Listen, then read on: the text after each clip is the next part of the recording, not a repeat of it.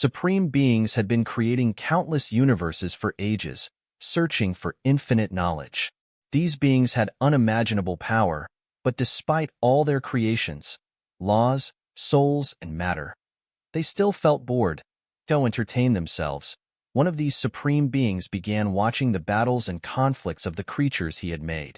He was fascinated by how they fought, died, and were reborn, hoping to find answers to his questions through their struggles. But something unexpected happened. The supreme being was killed by one of his creations. When other supreme beings from different dimensions heard about this, they turned their attention to the world where the creator had died. They saw this event as a bad sign, showing the hidden strength of the created beings.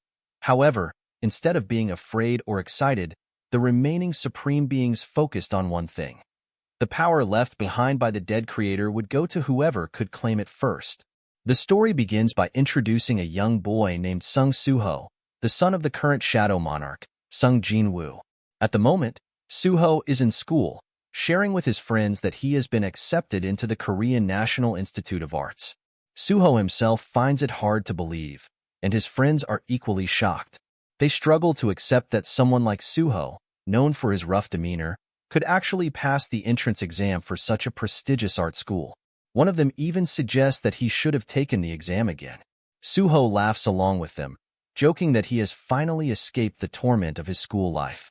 However, Suho suddenly hears someone behind him congratulating him on passing the entrance exam. The person then questions Suho, expressing surprise at his artistic talent and asking when he became skilled at drawing. Suho turns around to see who is speaking and realizes it's Kim Seong-cheol. But before he can respond, Kim Seong-cheol corrects him, stating that his name is actually Lee Eun-cheol. Suho isn't bothered by the mistake. He responds nonchalantly, mentioning that, thanks to Lee Eun-cheol, he was able to graduate. Other students nearby notice that Lee Eun-cheol seems to be provoking Suho again. They can't understand why, especially since graduation is so close, why he act like a kid. Lee Eun-cheol appears determined to pick a fight with Suho, who is just trying to live a happy life after the disappearance of his parents. Lee Eun-cheol, clearly agitated, shouts Suho's name and attempts to strike him. Suho, however, remains calm and confident, knowing he can handle the situation. As Lee Eun-cheol attacks, Suho quickly reacts, countering the strike with a swift knee, which sends Lee Eun-cheol to the ground. Suho then tells him to calm down until graduation. But instead of backing off, Lee Eun-cheol stands up again, his eyes burning with determination.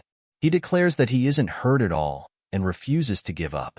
Mysteriously, his hand begins to glow with an unfamiliar energy that Suho has never seen before. Lee Eun-cheol unleashes a powerful attack, one that Suho narrowly avoids thanks to his quick reflexes. Fear and surprise flash across Suho's face, and the other students are equally shocked by Lee Eun-cheol's newfound strength. The force of the punch is immense, tearing through nearby metal lockers. Suho, who has been knocked to the ground, is left stunned and paralyzed with fear and shock. Meanwhile, Lee Eun-cheol's entire body is enveloped in a radiant aura. 2 years had passed since that event. Suho was now a second-year university student, walking down the street lost in thought. Suddenly, he overheard a man informing people that all the classes in the main building had been relocated to a nearby building and instructing all the students to head there.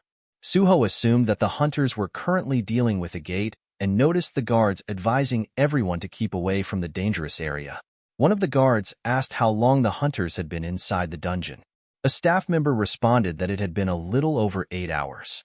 Given that the gate was classified as D-ranked, they should be finishing up soon. Suho then heard an announcement about how the world had drastically changed 3 years ago with the emergence of gates. Gates are portals leading to dungeons, from which monsters escape and wreak havoc after a certain amount of time. However, humans began to evolve as if they were meant to combat these threats. Along with these changes in the world, some people developed the ability to control magical energy. These individuals were known as the Awakened in this rapidly shifting reality. The chaos, which seemed like it would last indefinitely, was brought under control much sooner than expected because an awakened man named Woo Jinchul formed an association of hunters, bringing together people like him and establishing the role of hunters. Only hunters could approach the gates, and as a result, people were now divided into two groups: the awakened and the ordinary, non-awakened individuals. In this system, ordinary people, often referred to as ants, understood their limitations, that no matter how hard they tried, they could never bridge the gap between themselves and even an E-rank awakened individual.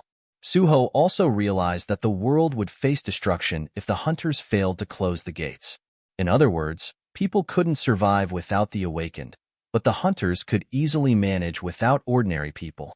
Suho felt grateful to the hunters for allowing non-awakened individuals like him to live in peace.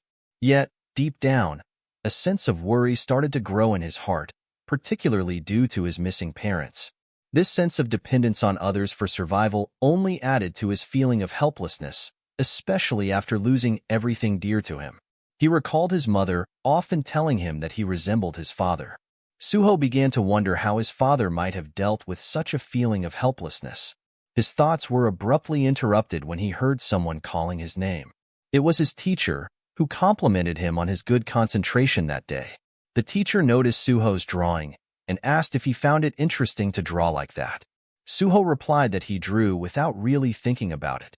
Looking at the drawing, his teacher asked if it was an ant. But upon closer inspection, he noticed it was a human-ant hybrid, an inventive yet strange depiction.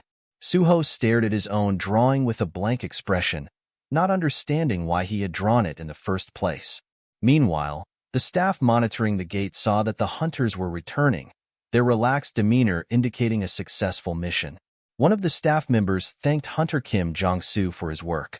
Kim Jong-soo reported that the dungeon had been cleared, but mentioned a concerning discovery: a new type of monster. These humanoid creatures had blue flames emerging from their eyes and mouths. Although they attacked with claws and fangs, their killing power was low.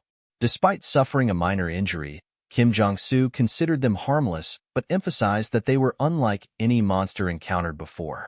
He was relieved they weren't dangerous, but insisted on detailing everything in the association's report.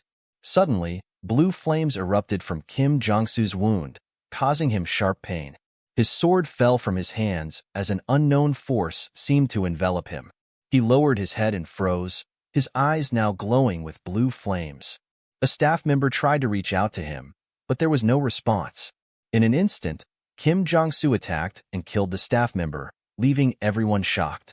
The hunters behind Kim Jong-soo realized that the flames from the dungeon had infected him, turning him into a danger to everyone around him.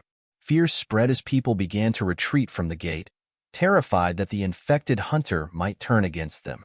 Panic set in as they searched for safety. Back at the drawing class, an unexpected noise from outside disrupted the session. Curious and concerned, the students rushed to the windows to see what was causing the commotion. Suho went to the window to see what was happening and was shocked to see people fighting each other. The students were confused and didn't understand why the chaos started. One of them suggested they wait for the hunters to arrive. Another student mentioned that Talim was an awakener and could help them, but Talim explained that he was only an E-rank and too weak to fight. Suho noticed a hunter covered in blue flames heading straight for them. He quickly warned everyone to get away from the windows. Right after he spoke, the hunter crashed through the classroom window and began attacking the students. Suho immediately started running and shouted for everyone else to run as well. While escaping, Suho saw a girl on the floor, crying in pain because she couldn't move due to an injury to her leg. She was begging for help, but Suho didn't know what to do. He shouted that he would get help and return for her, then continued running. As he ran, Suho felt guilty for leaving the girl behind. He knew that since he wasn't awakened, there was little he could do to help. He realized that blaming the situation wouldn't solve anything and that he needed to figure out how to handle it.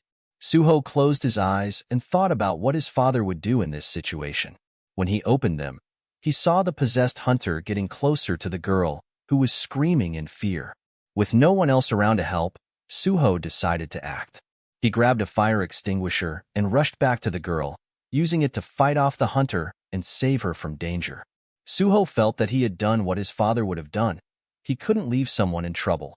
Afterward, Suho received a message saying he had completed a secret mission called Courage of the Powerless. Suho remembered that he once had a dream that felt like a game. In this dream, Suho believed he had the power to defeat monsters. As the monsters grew stronger, he also became stronger. He didn't need anything but his fists to fight them. After defeating countless monsters, he reached the top level and faced the final boss. Suho found this boss incredibly powerful. Although the monster was his enemy, Suho couldn't help but feel both envy and admiration for its power.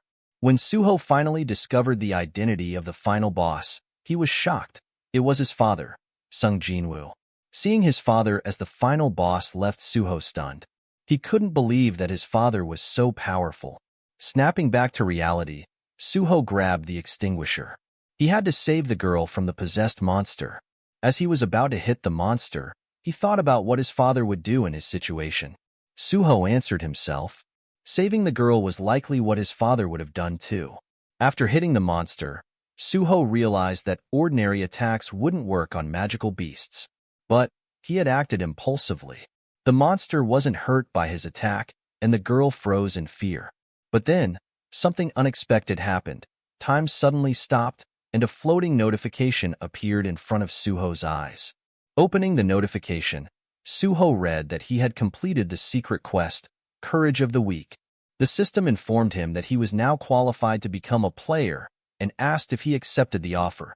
At that moment, Suho remembered his dream, where he fought monsters. He understood that if he fought like he did in the dream, he could survive. With determination, Suho accepted the offer to become a player. Immediately after accepting, another notification appeared. The system congratulated him on becoming a player and completing the quest. Suho was rewarded with 2 special gifts. The first reward was a special spell from the great spellcaster Candiaru. It would keep Suho strong and healthy for life. The second reward was that all his diseases, poisons, and negative effects would be healed, and his ability to recover would increase dramatically when he slept. The system also informed Suho that it would help him develop his abilities, but this was not a dream. He only had one life, so he needed to be careful. After the system granted him his new abilities, a status window appeared in front of Suho. Seeing this, he felt a surge of joy because he now had power, just like the others. A new quest arrived, instructing Suho to defeat the Mistburn and level up. These Mistburns were none other than the people infected with the blue flames. Time started moving again, and Suho quickly told the girl to run away, which she did. He saw that the infected people, now with name tags, were coming after him. 2 were unawakened, and 1 was a hunter. As they tried to attack him, Suho stood his ground, confident in his newly awakened powers. Using the fire extinguisher, he managed to kill one of the monsters. The extinguisher broke, so he threw it aside and punched another monster with such force that it slammed into the wall. Suho was surprised at his strength, realizing he had defeated the monster in one powerful strike. A notification appeared, confirming that he had completed the quest to defeat the Mistburn. Suddenly, another monster lunged at Suho, but he managed to defend himself. Finding an opening, he punched the monster in the face, but it didn't seem to hurt it much. In retaliation, the monster scratched Suho, infecting his body with blue flames. Furious, Suho feared the scratch might turn him into a beast. But the system reassured him. Candiara's blessing had neutralized the harmful status. Relieved, Suho realized that the rewards he had received earlier had saved his life. However, while he was lost in thought, the monster attacked him again, trying to infect him further. Suho struggled but managed to keep the monster at bay. He remembered that he hadn't yet claimed the reward for completing the earlier quest. In this moment of desperation, he opened the quest reward. It gave him bonus points to increase his strength. He used these points to triple his power. With his strength now 3 times greater, Suho delivered a powerful punch, sending the monster flying into the wall. But the monster quickly recovered. Suho rushed towards it, landing another punch on its face. Knowing the monster was too strong, Suho used all his points to boost his power. Determined, Suho punched the monster. He broke its defenses, shattering its teeth and shield. He kept punching relentlessly until the monster was buried in the ground. Finally, a notification from the system informed Suho that he had defeated the D-rank awakened Mistburn and leveled up. Exhausted but thrilled, Suho felt the power coursing through his veins. With his newfound strength, he was confident that he could save people in any crisis. Suho stepped out of the window, looking around to assess the situation outside. He asked if anyone could update him on what was happening, but there was no response. As he scanned the area, he noticed someone rapidly approaching with a large sword in hand. This figure was none other than Kim Jong-shu, a C-rank hunter who had been the first to get infected in the dungeon. Now, he had become a C-rank Mistburn, corrupted and dangerous. Without hesitation, Jong-shu leaped down from the higher ground directly towards Suho, who was standing by the window. Meanwhile, outside Suho's university, the army had arrived and was surrounding the area. Soldiers were urgently telling everyone to leave because a dungeon had broken open on campus. The situation was bad, with people getting infected, and the soldiers could only stand by and wait. One of the army commanders, worried about what was happening, asked, "When is the hunter from the Hunter Association going to arrive?" A soldier replied, "Sir, it looks like it's taking some time to get a B rank or higher hunter assigned." The commander was surprised. But this was supposed to be a D rank dungeon. Why are they sending a higher rank hunter? The soldier explained, "Some hunters inside the dungeon got infected by a monster. The first one infected was C rank hunter Kim Jong-shu. That's why they're sending a stronger hunter." Inside the building, things were even more dangerous. Kim Jong-shu, now a Mistburn, was trying to attack Suho. Suho, tired from his earlier fights, realized that this enemy was different, stronger and armed with a weapon. He wondered if he could even win against him. The Mistburn charged at Suho with incredible power. Suho got hurt, but managed to stand up again. He quickly understood that this was an opponent he couldn't beat easily. When the Mistburn came closer to attack again, Suho grabbed a fire extinguisher and threw it, but the monster easily cut it in half, filling the room with fog. Taking advantage of the fog, Suho tried to escape, knowing he couldn't fight this monster head-on. As he ran out of the room, he thought to himself that he had no chance against such a strong enemy. Now, he understood why the Hunter Association ranked hunters. Only the strongest could defeat monsters like this. He didn't know how long he could hold off the Mistburn until the rescue arrived, but he knew he had to try, even if it seemed impossible. As the Mistburn chased after Suho, it noticed 3 girls standing on the roof. With a wicked grin, it saw them as new victims. The girls, who had been waiting for the hunters to arrive, froze in fear when they saw the Mistburn. The creature leaped out of the building and onto the roof, brandishing its sword. Seeing the immediate danger to the girls, Suho became desperate. Without waiting for the hunters, he jumped to the roof to protect them. He kicked the Mistburn in the neck, but the monster quickly swung its sword at him. Suho managed to dodge the attack, narrowly avoiding injury. He knew that even a single wound could be fatal, so he had to be careful. But he couldn't allow the Mistburn to harm anyone. When the Mistburn prepared to strike with its sword again, Suho clenched his fist and landed a series of rapid punches on the monster's body. As the Mistburn began to weaken slightly from the blows, Suho jumped up, grabbed its head, and delivered a powerful knee strike to its face. Suho tried to fight back, but his attack didn't really hurt the Mistburn monster. The monster fiercely struck Suho, slamming him hard against a wall. Suho was seriously injured, bleeding from his mouth, and his health was dangerously low. Even though he was badly hurt, Suho realized he was still alive, which made him believe that the system didn't want him to die so easily. The Mistburn monster prepared for another attack, but Suho didn't give up. Even after being badly injured, Suho refuses to give up. This shows his strong willpower. He clenched his fists, determined to keep fighting until his last breath. However, his body was exhausted from the earlier battles, and as the monster landed another blow, Suho lost consciousness. Even though Suho was unconscious, the Mistburn monster was about to land a final blow when suddenly, a mysterious figure appeared. In his fading consciousness, Suho thought someone had come to save him. This mysterious figure quickly cut off the monster's hand and stopped its attack. The unknown figure then spoke to the Mistburn. He was angry. Because of the delay, these lowly creatures dared to harm His Highness, referring to Suho. The figure used his powers to destroy all the mist-burn monsters in the university. He smashed them to pieces in an instant. The attack shattered the university's glass walls. The loud crash shocked the army outside, as they knew something extraordinary was happening. After dealing with the monsters, the mysterious figure revealed himself and spoke to Suho, saying, "It's been a long time, young monarch." As Suho lay unconscious, he slipped into a flashback of his childhood. In this memory, Suho was drawing a picture of a humanoid ant. He was focused on his drawing when, all of a sudden, a real, large humanoid ant appeared in front of him.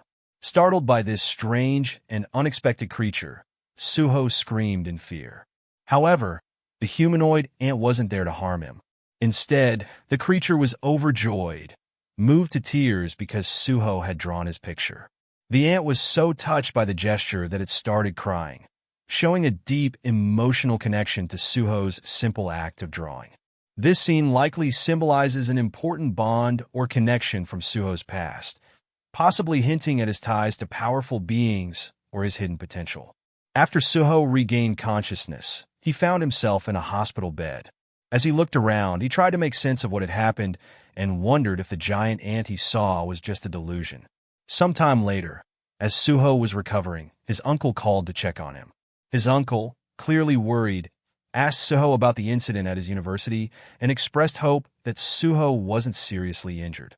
He also mentioned how dangerous the world had become and informed Suho that he had arranged for a few awakened bodyguards to ensure his safety.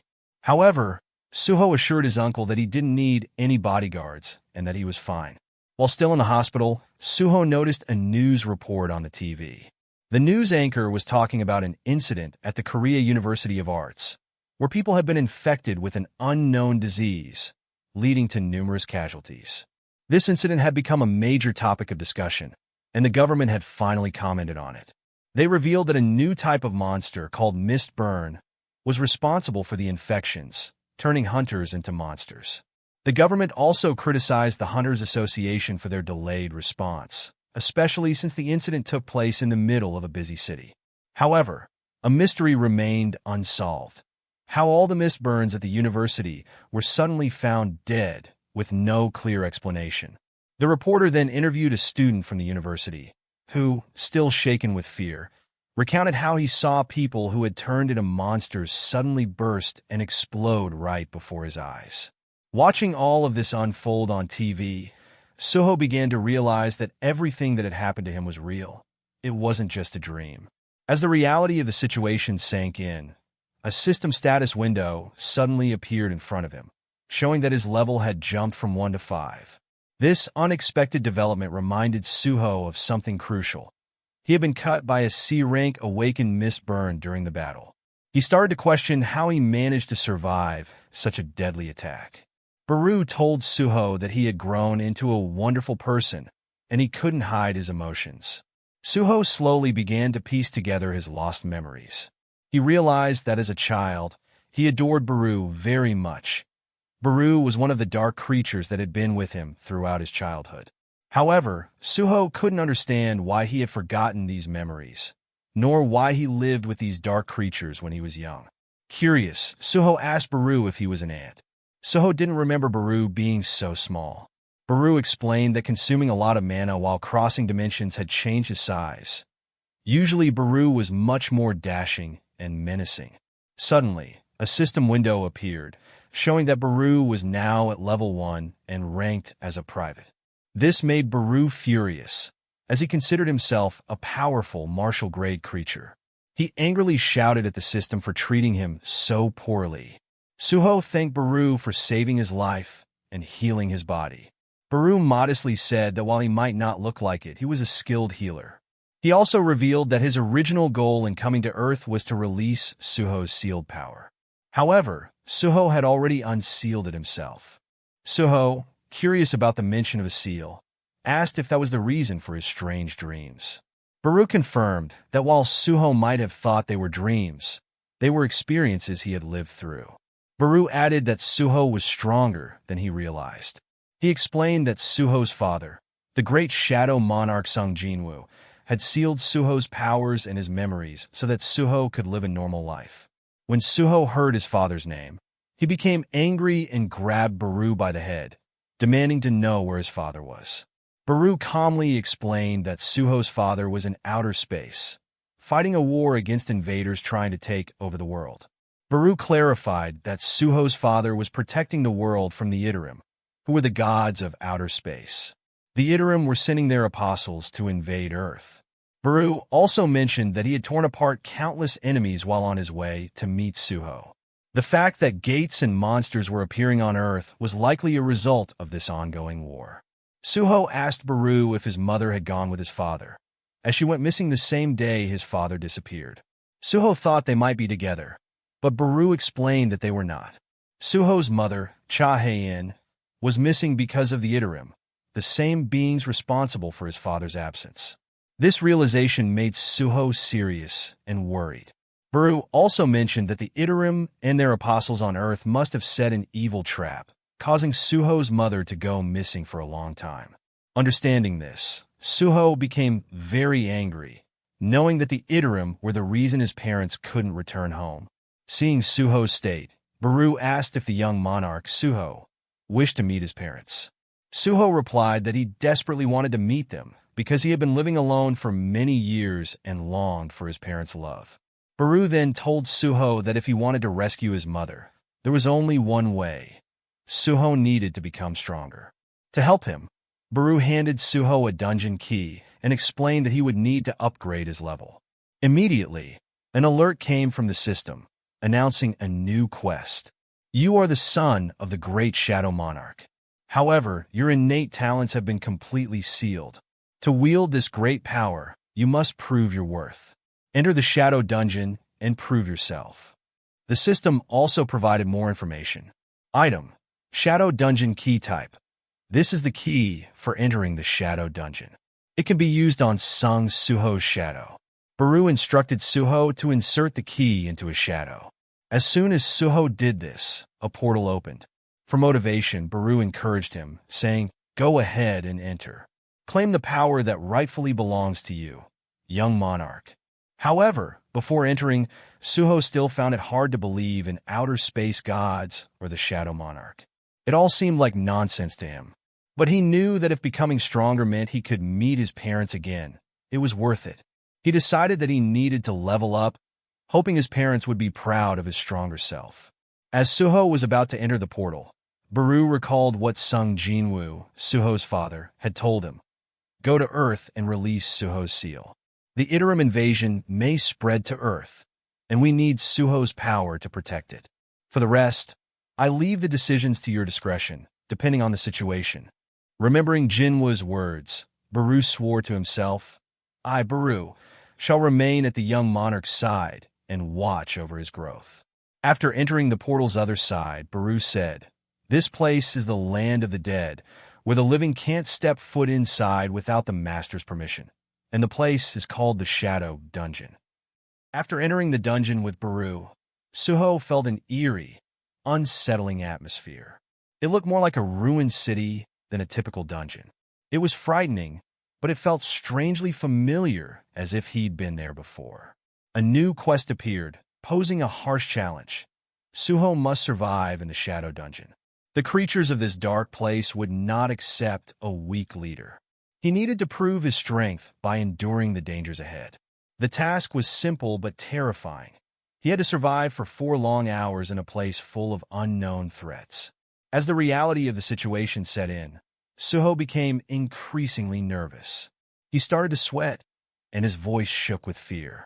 Seeing this, Baru, who had been by his side the whole time, noticed how serious the situation was. Trying to calm Suho, Baru spoke in a steady and reassuring tone. He believed in Suho's ability to face his fears and become stronger through this trial. But Baru reminded him of the dungeon's danger. Monsters could appear at any moment.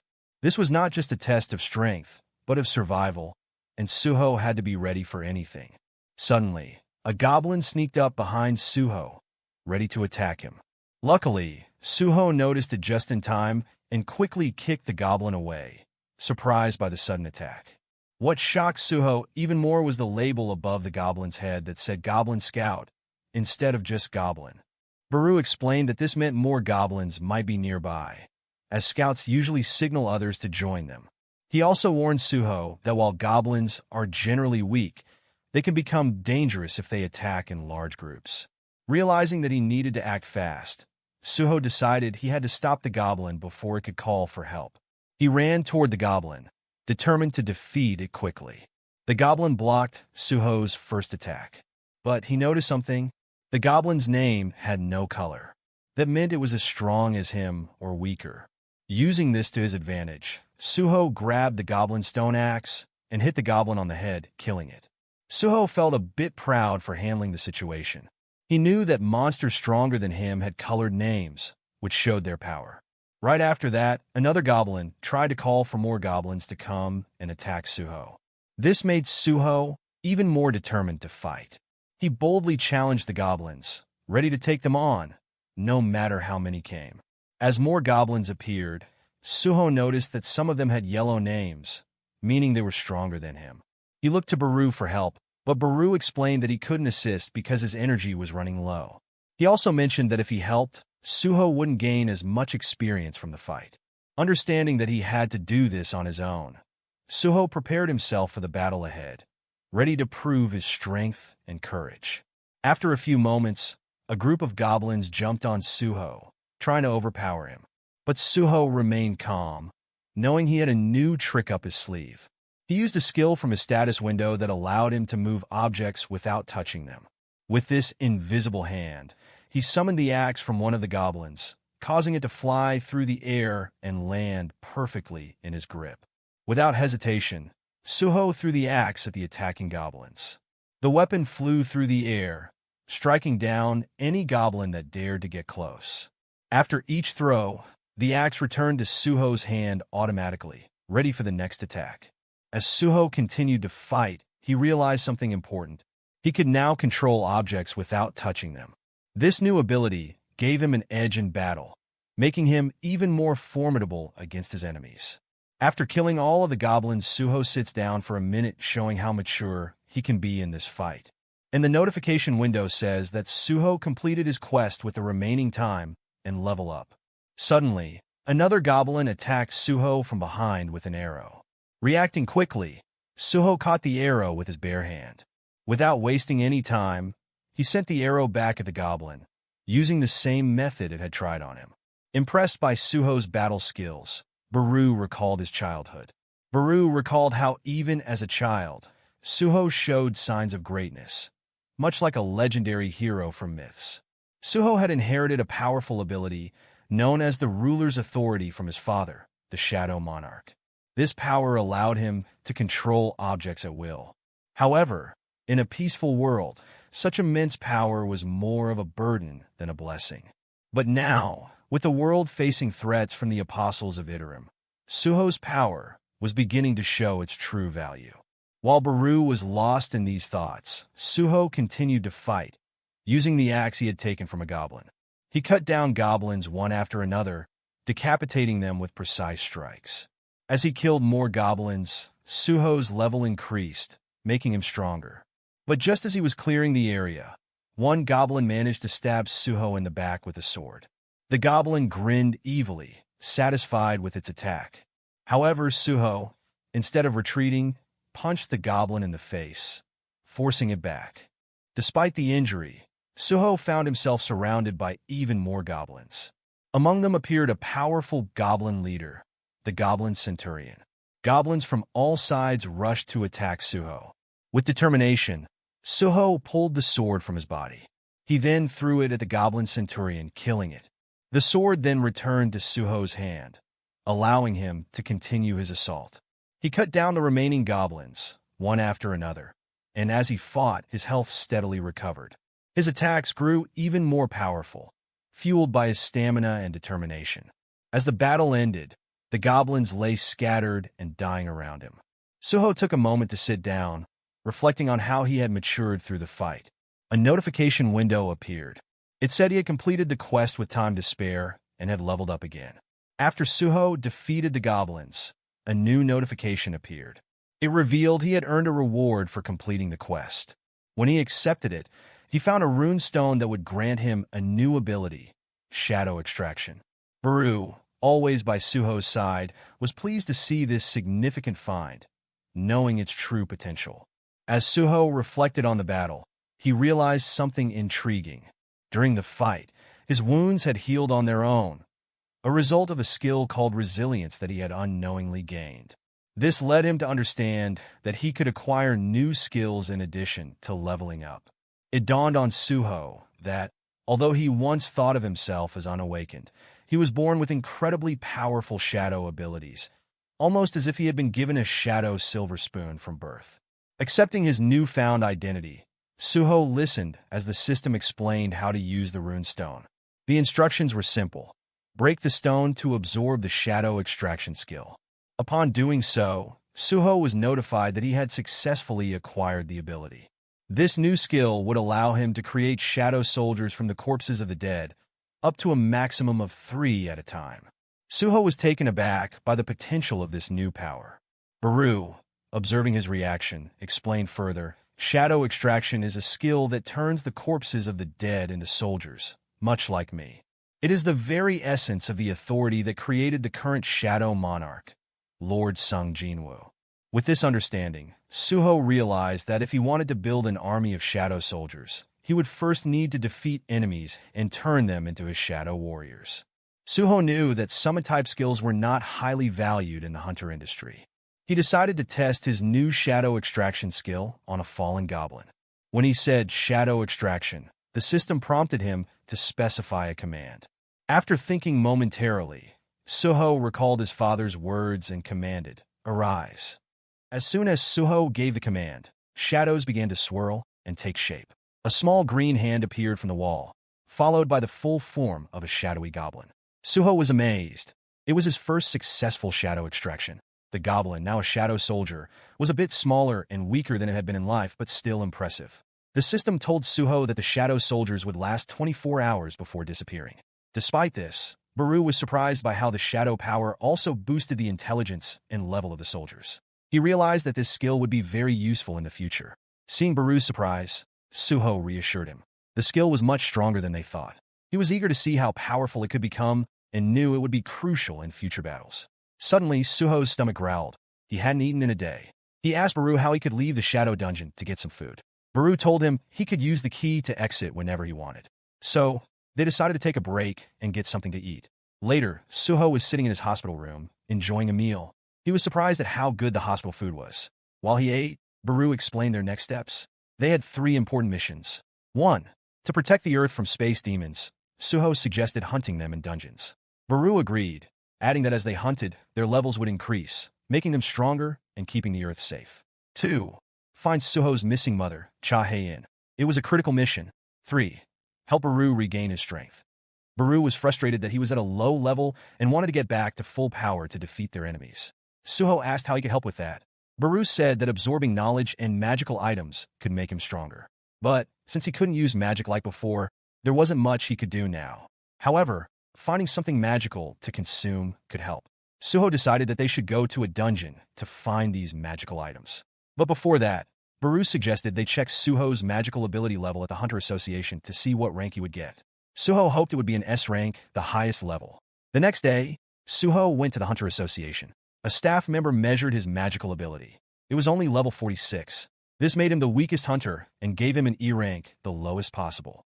After leaving the Hunter Association, Suho knew he had to find a way to enter a dungeon. His rank was low, at E.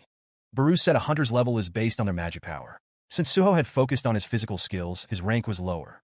Suho found this frustrating, knowing that shadow powers evaluated his ability to defend the land, but he still needed to raise his level. He also knew that low-rank hunters like him couldn't easily join dungeon teams, which would be a problem. However, Suho realized there was another option, joining the extraction team. Suho understood how dungeon raids worked. There's a clear division of roles.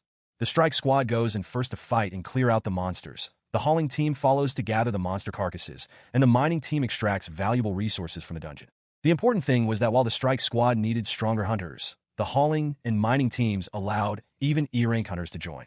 This meant that despite being an E-rank, Suho could still enter dungeons by joining one of these teams. Later, Suho found himself in a dungeon, watching workers carry out magic crystals. He realized the job was tougher than he expected. As he scratched his head, he turned to another hunter standing nearby, grateful to know someone there. This hunter was an E rank, just like Suho, and worked as a teacher's aide in the art department of a Korean university. The man suddenly apologized to Suho, explaining that during the incident at the university, he had been too scared to help because there were no other awakened people around. He had run away in fear. Suho recalled the situation and reassured the man, saying that E-rank hunters like them were supposed to run when faced with monsters. The man was surprised to learn that Suho was also an E-rank, especially after witnessing Suho fight a monster on the roof. He couldn't believe that someone with such a low rank could survive. At that moment, Baru appeared beside the man, praising Suho. The man, startled by Baru's sudden appearance, panicked, thinking a monster had appeared. Suho, confused about why Baru had come out of the shadows, was told by Baru that Suho, at his current level, was as weak as an ant larva and needed protection. The man then asked if Suho had awakened as a summoner-type hunter, to which Suho responded that it seemed so. Suho mentioned that many hunters have no skills at all, but he was lucky to have one. Suho then teased the man, saying he must have run away from monsters quickly because of his skills. The man, embarrassed, sat down, but Suho quickly reassured him that it was just a joke. As Suho looked around the cave, he realized this was his first time in a dungeon other than the Shadow Dungeon. The strike team, tasked with clearing the dungeon, was looking for anything valuable, like monster pelts or magic stones. Despite the lack of monsters, they pressed on, determined to explore the entire dungeon. Suddenly, one of the team members discovered something unusual. They entered a large, glowing room filled with mysterious ruins. The team couldn't identify any monsters but found a strange weapon lying in front of them. Unsure of what they were facing, they debated whether to call for backup, but decided to investigate further to uncover the secrets of the dungeon. No one could figure out what the treasure hidden in the dungeon was. They didn't expect to find a weapon stuck in the ground, and it looked really impressive. Curious, the group decided to take a closer look. One of the men suggested they should test it to see if it was truly a great weapon. However, another warned that there could be traps protecting such a valuable treasure. The C-rank captain stepped forward, determined to claim the weapon for himself. He reached out and touched the sword, which immediately began to glow brightly. The captain, confident in his abilities, believed he could handle whatever challenges came with it. But suddenly, a blinding flash of light filled the entire dungeon. At that moment, the C-rank captain found himself in a completely different place. He was confused, unsure of what had just happened. The other guys standing nearby reassured him that there didn't seem to be any traps, but he still urged the captain to be careful with the sword since they didn't know what it was or what it could do. As the captain swung the sword, he suddenly struck down one of his own comrades, leaving the other hunters in shock. They couldn't comprehend what had just happened. But then, the captain began to transform into a strange creature. His voice changed as he declared, "Whoever dares to take the sword becomes the Lord of the Fong." On the other side of the dungeon, the hunters were busy mining mana crystals. Suho, meanwhile, was talking to Baru and reminded him of his third mission. He mentioned that Baru could regenerate if he consumed something magical, like the mana crystals scattered on the ground. Suho suggested that, since Baru wasn't much help with gathering the crystals, he should eat some of them while waiting. Suddenly, Baru sensed something unusual. He told Suho that he felt the presence of a monarch nearby. Suho initially thought his father had arrived, but Baru quickly clarified that it wasn't his father. He explained that Suho's father wasn't the only monarch, and if it had been him, Baru's power would have fully regenerated in an instant.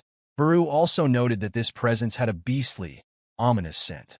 At that moment, the other workers heard a strange noise coming from the part of the dungeon where the strike team had gone earlier. As they looked closer, they saw strange creatures emerging from the cave. These were not humans. They were magical beasts. The workers couldn't understand where these beasts had come from, as the hunters had only just cleared the cave. Realizing the danger, they turned and ran towards the exit to escape. Suho, seeing the workers in danger, stepped forward to confront the beasts, giving the others time to escape. He noticed that the names of these creatures were colored orange, indicating they were on a similar level as the D-rank Mistburn he had fought at the Korea University of Arts. Suho felt confident that he could handle them on his own. Suho's university teacher, Talam, who was like a brother to him, decided not to run away this time. Instead, he stood with Suho, showing courage.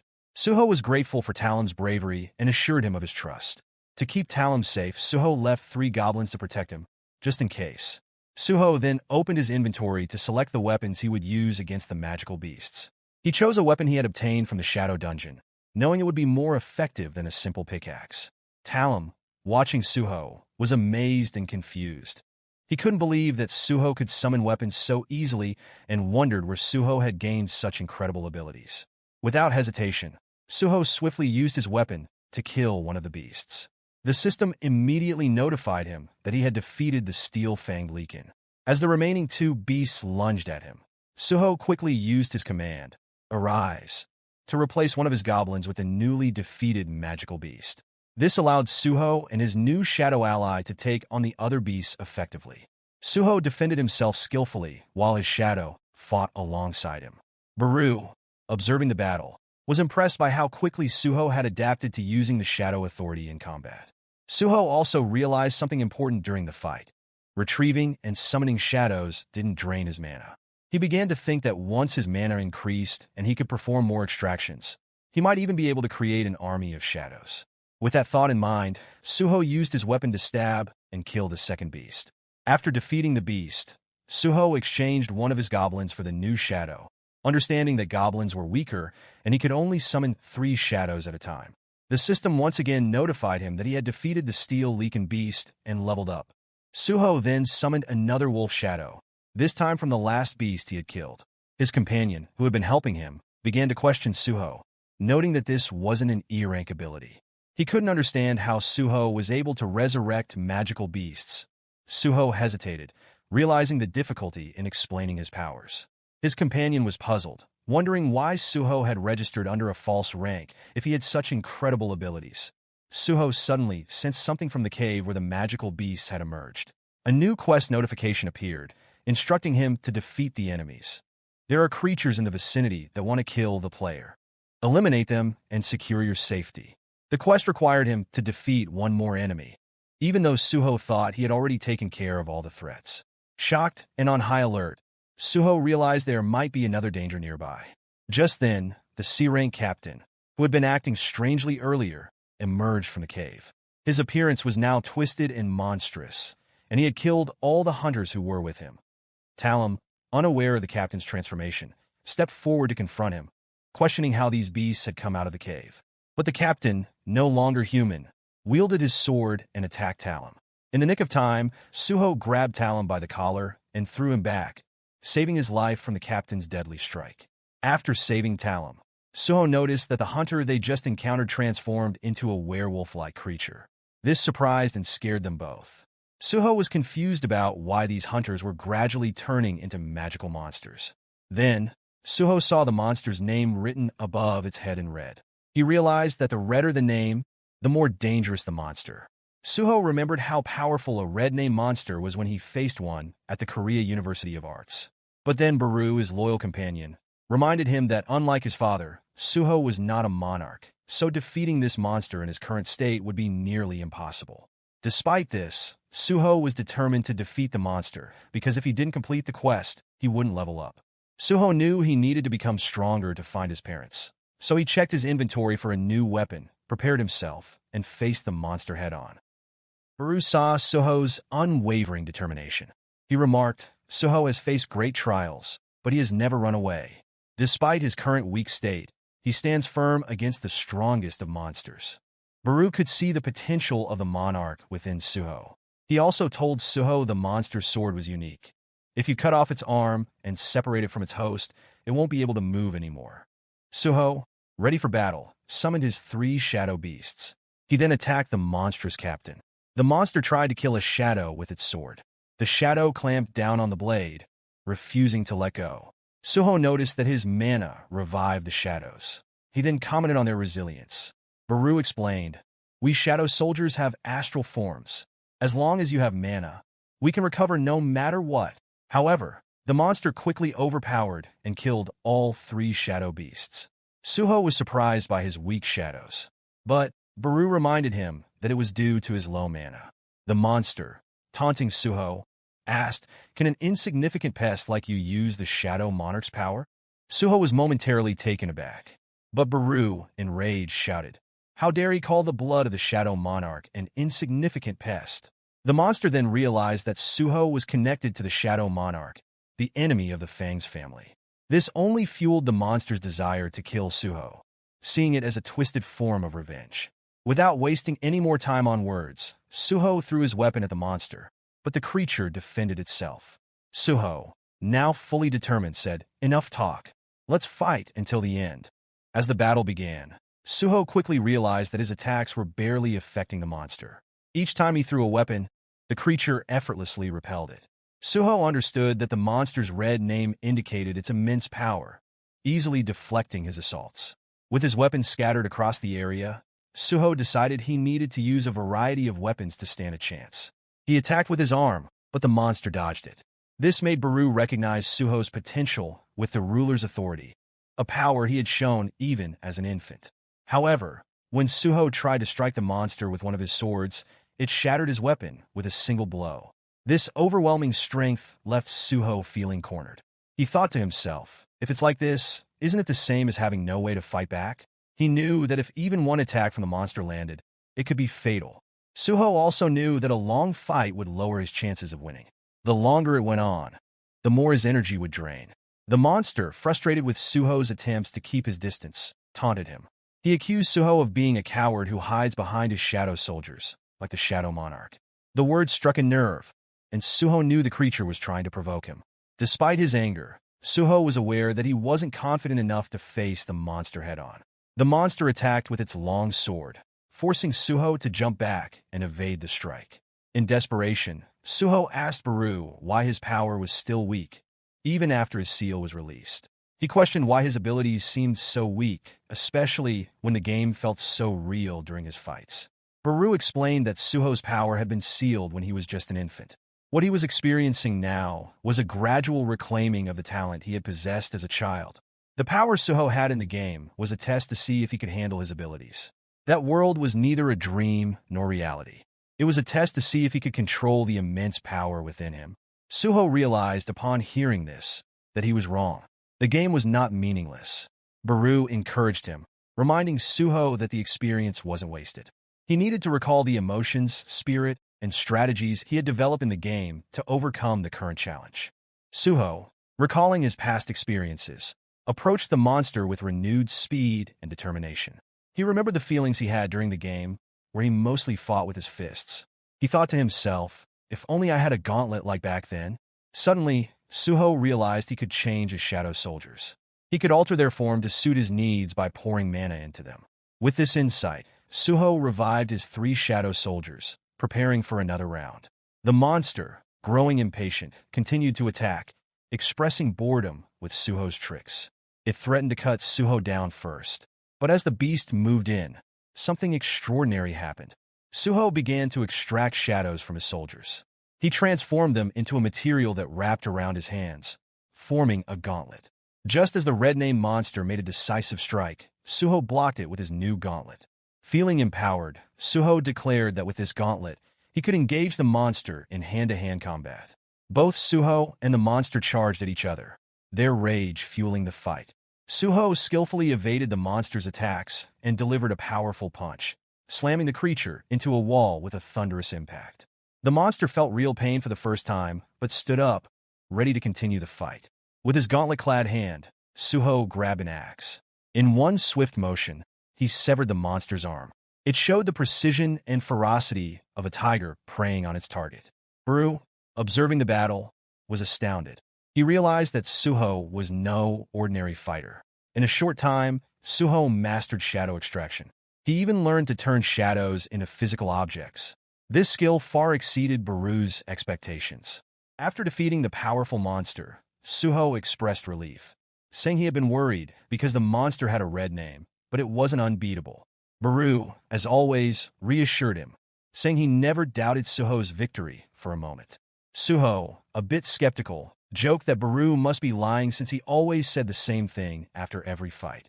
Having acquired a gauntlet through shadow extraction, Suho knew he still had a lot to learn about fighting properly. Upon completing the quest, a new reward notification appeared, informing him that he had achieved a rune stone of advanced level, granting him the skill Storm Slash. This skill would imbue his sword with the power of the howling wind, allowing him to attack multiple enemies simultaneously. Suho was thrilled, realizing that this was the skill he had been hoping for the most. He instinctively understood how to use it and decided to test it in action. He turned his attention to the weapon lying at his feet, the sword the monster had picked up earlier in the dungeon. As Suho grasped the sword, he felt a surge of strength, unlike anything he had ever experienced. Unbeknownst to Suho, the sword, named Raken's Fong, had a voice that spoke internally, expressing its humiliation at being defeated by the blood of the Shadow Monarch. The sword had a dark power, capable of consuming the greed of any human who wielded it. However, it was stunned to realize that Suho, who had inherited the power of the Monarch of Fangs, could not be dominated by its influence. With his new skill, Storm Slash, combined with the power of Raken's Fong, Suho decided to test his abilities. He unleashed a powerful sword slash, and with the force of the howling wind, the ground shattered and scattered beneath him. The combination of his newfound strength and skills left Suho in awe of the power he now wielded. Using the powerful slash, Suho quickly noticed that while the attack was incredibly destructive, it also drained his mana significantly. He acknowledged this to Baru, noting that despite its power, the skill seemed a bit problematic due to the high mana cost. Baru, however, reminded Suho that his response to the shadow extraction skill had been too lukewarm in comparison. He emphasized that the power of the shadows was an ability hundreds, even thousands, of times more amazing. As Suho contemplated Baru's words, he noticed that his brother Talim was starting to regain consciousness. Suho asked if Talim was all right, but Talim, still disoriented, couldn't fully comprehend what had happened. When he opened his eyes and saw the monster lying dead beside him, fear took hold. Suho quickly calmed him, suggesting they talked outside about everything that had occurred. Once they stepped out of the dungeon, Suho instructed Talim to wait while he returned inside to check for any survivors. Talim, still grappling with the reality of what had happened, couldn't understand how Suho, an E-rank hunter, had managed to defeat such a powerful monster and summon those shadow creatures. Despite his confusion, Talim was relieved and grateful that Suho's actions had saved the other hunters. As the surviving hunters emerged from the dungeon, they hurried to call their families, reassuring them that they were safe. Meanwhile, Suho re-entered the dungeon to finish off the remaining monsters.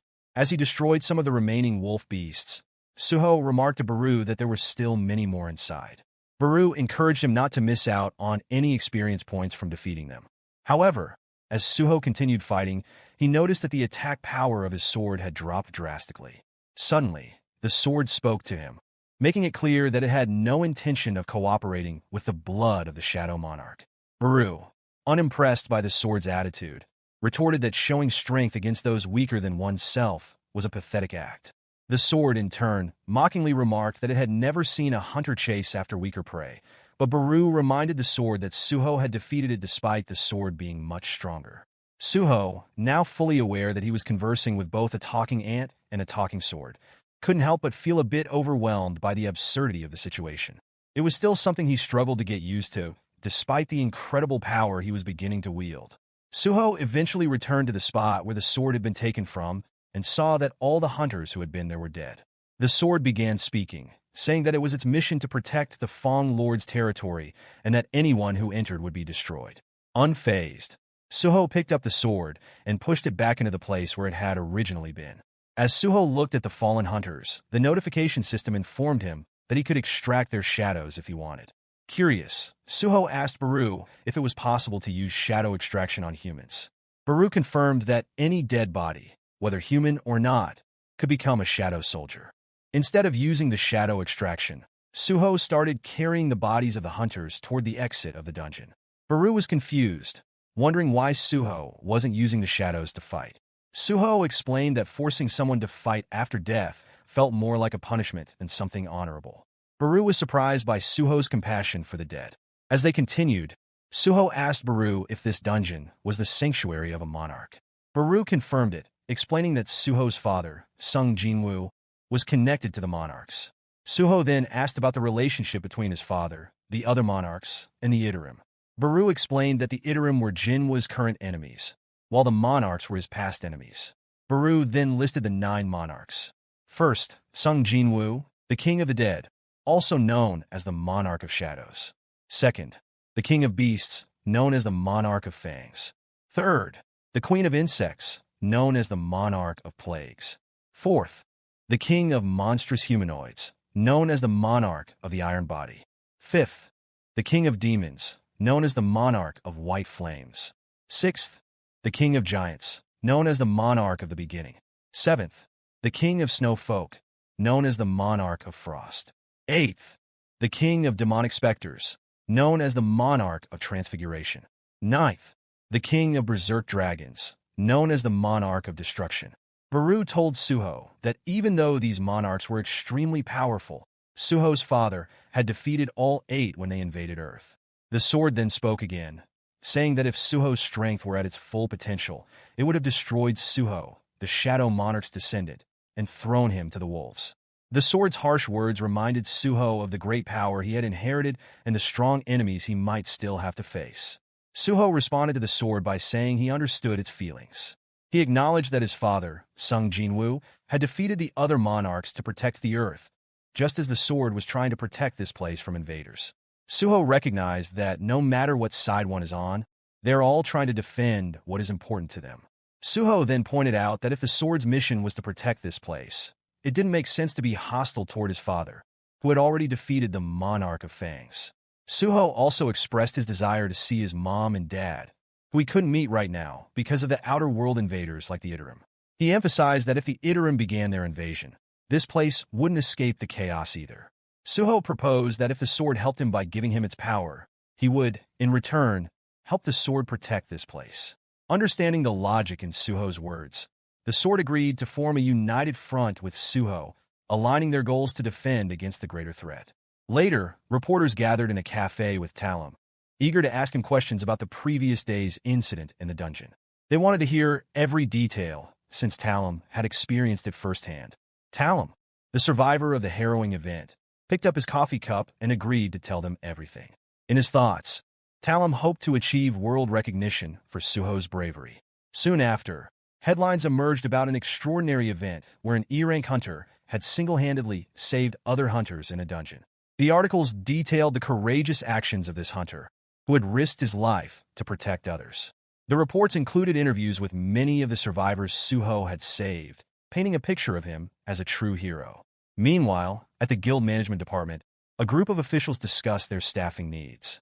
One of them noted that it was time to choose a few recruits, especially since the information gathering team was requesting more personnel.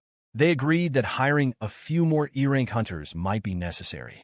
As they reviewed potential candidates, one of the officials came across Suho's profile.